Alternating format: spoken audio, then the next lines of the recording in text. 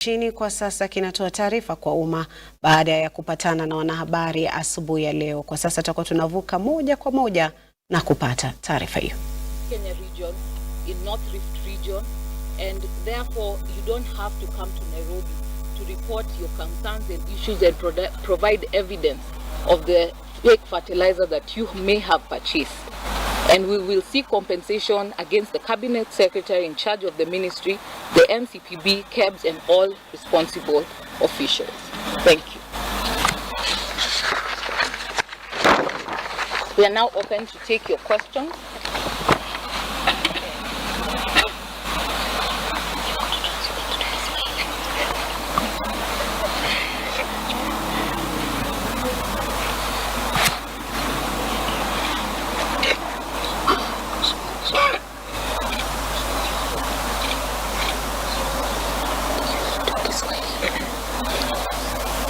No questions? Yes. Can you give us a brief of the recommendations that you have given for Minister in charge of Agriculture and also the period that you have given? So we have given the recommendations that we have highlighted include setting up a task force to review with all the necessary stakeholders that we can be able to analyze some of the challenges that have arisen and all this process. We want a proper investigation done and an audit report tabled to members of the public. We need clear explanations and not sideshows on what has since happened.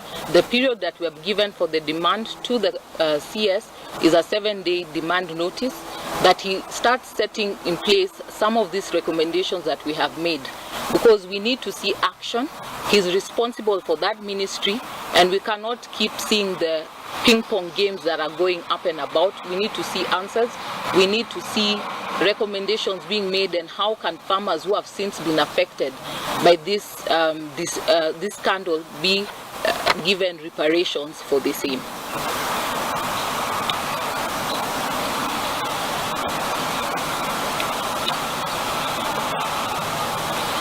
So, my name is can you just make a short summary of what you have seen here, so that some of us who don't want long lines get. In summary, what the Law Society is saying is that we are calling up on the Cabinet Secretary to take responsibility, ensure that he carries out proper investigation on this scandal, that we may have the persons who are responsible for this scandal held to account.